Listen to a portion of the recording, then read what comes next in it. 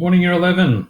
All right, welcome to week 4 of Standard English. So, if you have a look closely this week, there's really only one new doc up there. But for a lot of you, there is heaps of work for you to do this week.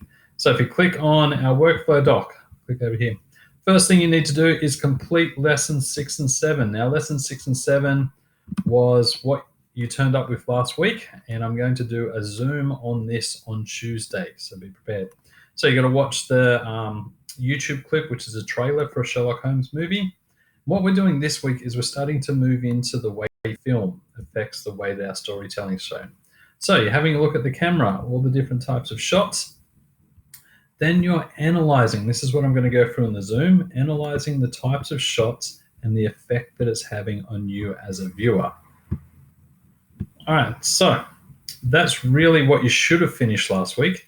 And then this week is to move over to lesson 8, which is a crime convention lesson.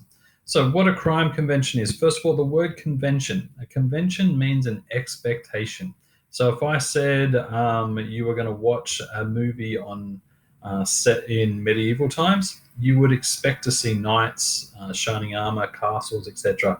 If I said you were going to watch a horror movie, you'd expect to have some form of fright, stabbings, blood, gore, etc. So every different genre has its own conventions. So if I open up the doc, your job for today is to go and have a look at these. So these are convention terms for crime. A hard-boiled detective is a detective that beats up witnesses and suspects first, then asks questions later on. A red herring is something there to lead you off topic. So from Study in Scarlet, Rache, written on the wall, is a red herring. And a plot is simply a summation of the story. A plot isn't told in chronological order. So a plot is if you went and saw a movie and I asked you to retell me the plot, you'd say, oh, there was a guy that did this and blah, blah, blah. So your job then is to watch this clip, which is a history of the development of the crime genre. So crime genre as writing really picked off in the Industrial Revolution. Then we have the golden age of crime, which is about the 1920s. And then we have crime that takes place after World War II. Each of these 3 eras have a different understanding of what a detective is and how crimes are solved. So then there's a second clip that I'll have up in here, which is called Genre Conventions. Jump in, list any information they have on the crime conventions, and then Ways of Knowing. So there's going to be a third clip. This idea here looks at the way that detectives go out about finding their information.